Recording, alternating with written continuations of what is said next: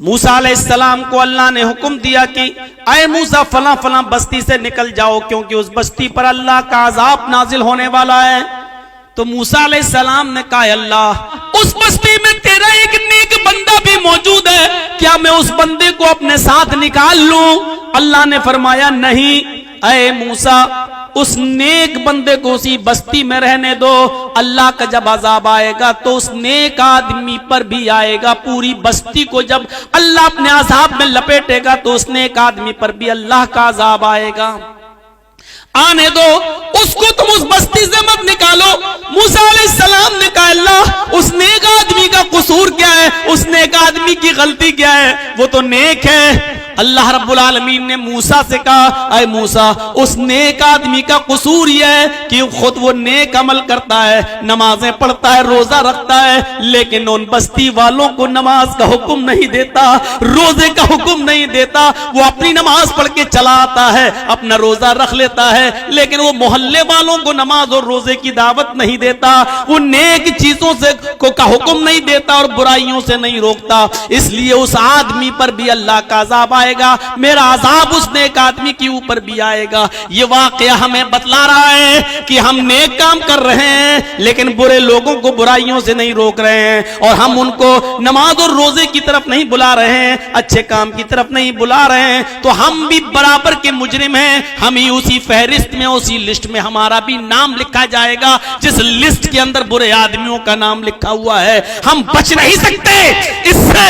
अल्लाह रब्बुल आलमीन ने कहा, मूसा उस नेक आदमी को भी उसी बस्ती में रहने दो।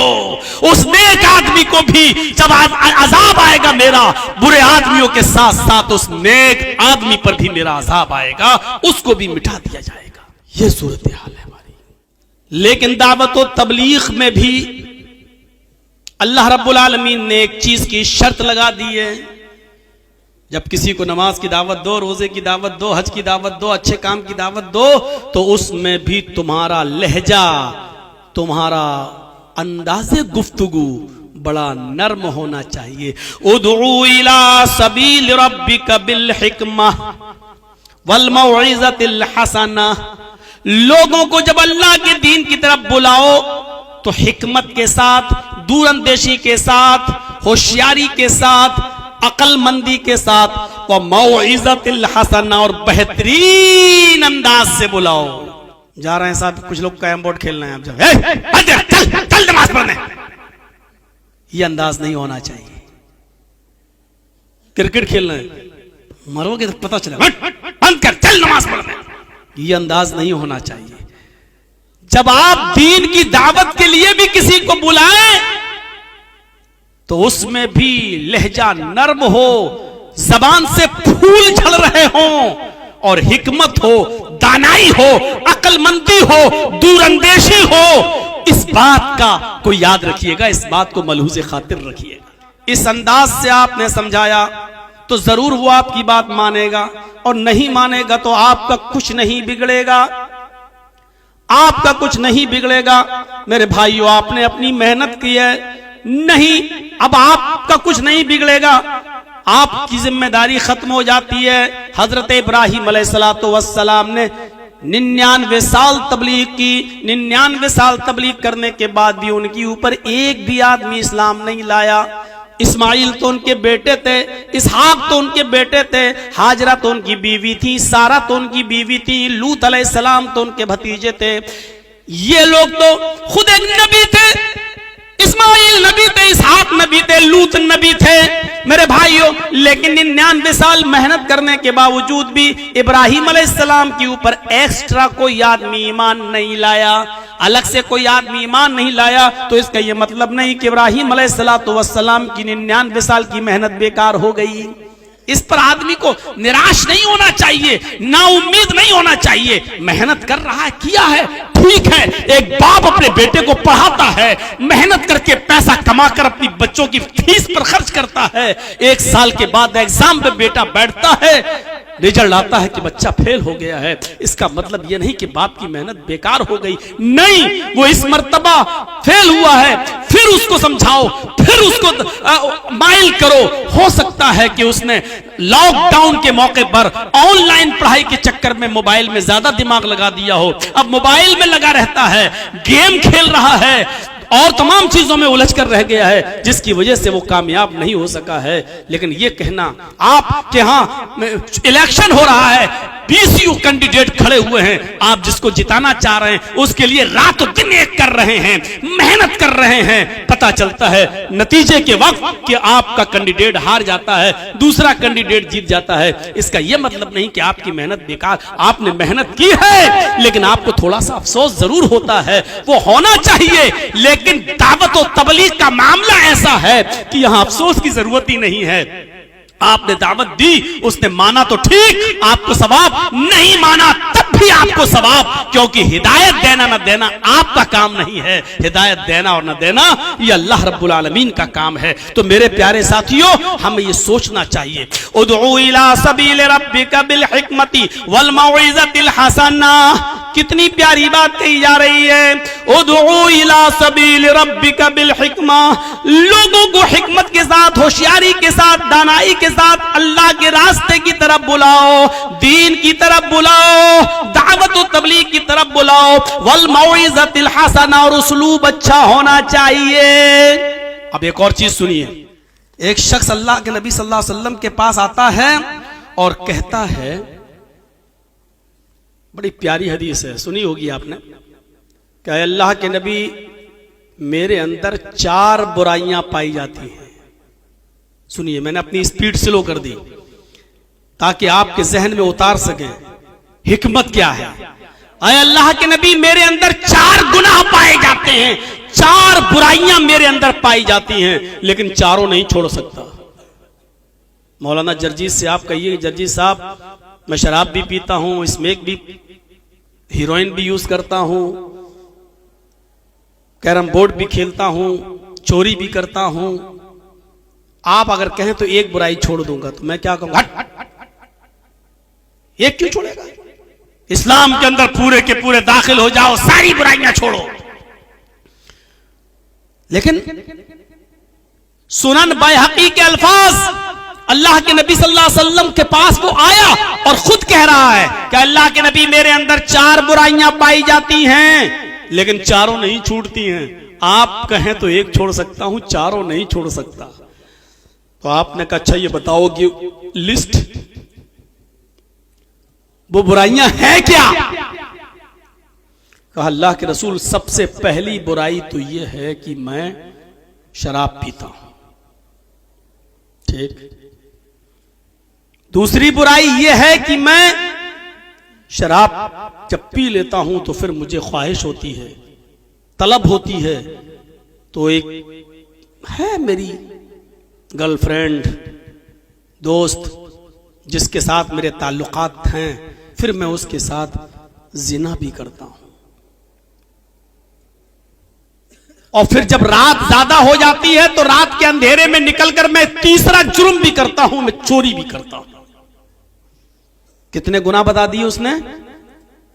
3। पहला जुर्म मेरा यह है कि मैं शराब पीता हूं, शराब के बाद मेरा दूसरा जुर्म यह होता है कि मैं रात में जिना करता हूं, और फिर जिना से जब मैं फारिग होता हूं तो रात में मैं चोरी भी करता हूं। आपने कहा चौथा? तुमने 4 गुनाह बताए ना, चौथा? का अल्लाह के रसूल, मैं झूठ भी बोलता हूं। आप कहें तो मैं एक छोड़ दूंगा। हिकमत देखो, आप जानते थे कि अगर इसको ये कहूंगा नहीं चारों छोड़, तो गुस्से में भाग जाएगा, हो सकता है कि फिर बदअमल होकर मर जाए और जहन्नमी हो जाए। आपने उसके जज्बात को समझा, उसने एक्शन दिया तो आपने फौरन रिएक्शन नहीं दिया, नहीं चारों छोड़ो। जज्बात में आकर उससे चारों नहीं छुड़वाएंगे। देख रहे हैं आप, अल्लाह के नबी सल्लल्लाहु अलैहि वसल्लम ने कहा, अच्छा ऐसा करो, शराब भी पीते हो, हाँ, जिना भी करते हो, हाँ, चोरी भी करते हो, हाँ, और झूठ भी बोलते हो। हाँ, वो समझ रहा था कि इसमें शराब कहेंगे तो जरा मुश्किल होगा मेरे लिए छोड़ना, क्योंकि बीड़ी नहीं छूटती, जिसको शराब की लत लग जाए वो कैसे छूटेगी। सोचने लगा कि देखिए अभी अल्लाह के नबी शराब कहेंगे, चोरी भी कह सकते हैं चोरी छोड़ दो, अगर चोरी छोड़ देंगे तो दिन भर का गुजर बसर कहां से चलेगा। रात में चोरी करते तभी तो बीवी बच्चों को खिलाते हैं। सोच रहा है कि ये मुश्किल होगा, लेकिन नबी कहेंगे तो एक छोड़ दूंगा। अल्लाह के नबी ने कहा अच्छा एक काम करो कि तुम झूठ छोड़ दो। इतनी तेज हंसता है, जैसे मोबाइल में कभी कभी यूट्यूब देखो तो कभी फिल्मी ड्रामे आ जाते हैं, जैसे उसमें क्रिमिनल लोग हंसते हैं करके, बड़ा खुश हुआ, हंसता चला जा रहा है, बहुत ज्यादा खुश, खुशी का ठिकाना नहीं। कहता है झूठ कहां का, मैं तो आपको बहुत बड़ा अक्लमंद समझता था। अरे अल्लाह के नबी आप हमसे झूठ छोड़ने के लिए कह रहे हैं? कहां? अरे शराब कहते तो मुश्किल था, जिना कहते तो मुश्किल था, चोरी कहते कोई एक, तो इन तीनों में से कोई एक छुड़वाते तो थोड़ा मुश्किल था मेरे लिए। आपने झूठ के लिए कह दिया। आपने कहा कि जाओ तुम सिर्फ झूठ छोड़ दो, कल आकर मिलना मुझसे। पूरी तकरीर सुनने के बाद यहां से जब जाओ ना तो पूरी तकरीर पर मत अमल करना, सिर्फ यही एक चीज लेके चले जाओ कि हम कल से झूठ नहीं बोलेंगे। कहना तो चाहिए आज से, लेकिन मैं कल से कह रहा हूं। चलिए सिर्फ यही एक चीज लेके यहां से उठ जाइए, और कल शाम होने से पहले पहले मेरे भाइयों आप आधा आपकी जिंदगी चेंज हो जाएगी, आधी आपकी जिंदगी। उसने कहा अल्लाह के नबी ठीक है, हाथ यदक, हाथ बढ़ाइए। क्या कहता है? हाथ बढ़ाइए। अल्लाह के नबी ने कहा क्यों? बढ़ा दिया। उसने अपना हाथ नबी के हाथ पर रख दिया, ये लीजिए। अल्लाह के नबी ने हाथ बढ़ाया, उसने भी हाथ बढ़ाया, दाहिना हाथ दाहिने हाथ के ऊपर रखकर उसने बैत की कसम खाई। आए अल्लाह के नबी, मैं अल्लाह की जात की किबरियाई की कसम खाकर कहता हूं, मैं उस रब्बुल जलाल की कसम खाता हूं जिसके कब्जे में हमारी आपकी जान है, सारी कायनात की जान है। मैं सबके सामने इस बात का पुख्ता अहद करता हूं, वादा करता हूं कि आज के बाद मैं कभी झूठ नहीं बोलूंगा। आपने कहा ठीक है जाओ। दिन भर खूब मस्ती में रहा, रात हुई, चलें शराब पीने चलते हैं। शराब के लिए चला भी गया, जहां से शराब हाथ लगती थी वहां से शराब हासिल भी कर ली। शराब की बोतल का ढक्कन भी खोल दिया, शराब अपने होंठों पर भी लगा ली, लेकिन पी नहीं सका। हाँ? हटा ली। अब देखिए सोचता है अगर कब सुबह अल्लाह के नबी के पास अगर मैं गया और अल्लाह के नबी ने अगर मजाक में भी पूछ लिया कि कहो कल शराब पी थी या नहीं, अगर मैंने इस बात का इकरार कर लिया कि हां शराब पी थी, तो अगर मुजरिम खुद अपने जुर्म को कबूल कर ले तो फिर किसी गवाह की जरूरत ही पेश नहीं होती। अगर मैंने कह दिया कि शराब पी थी तो शरीयत ने शराब के 40 कोड़े मुतय्यन किए हैं। अल्लाह के रसूल हमें खड़ा करके कहीं 40 कोड़े न पड़वाएं। अगर मैंने अपने जुर्म को खुद कबूल कर लिया तो ऐसा ना हो कि मुझे 40 कोड़े पड़वा दें। एक कोड़ा चमड़े का तो खाया नहीं जाएगा, 40 कोड़े कैसे खा सकता हूं। और अगर मैंने ये कह दिया कि नहीं मैंने शराब नहीं पी थी, तो इतने लोगों के सामने मैंने उस जात की किबरियाई की कसम खाई है कि मैं अल्लाह के इज्जत और जलाल की कसम खा के कहता हूं जिसके कब्जे में मेरी जान है, आज के बाद मैं शराब को हाथ नहीं लगाऊंगा। अगर उसकी कसम खाई है मैंने, अगर मैंने ये कह दिया कि नहीं पी थी तो ये कसम की बेहुरमती होगी, झूठ हो जाएगा। कुछ भी हो, मैं अल्लाह रब्बुल आलमीन की जात की कसम खाने के बाद उस रब्बे जुल जलाल के साथ धोखाधड़ी नहीं कर सकता। मैं झूठ तो बोलूंगा नहीं,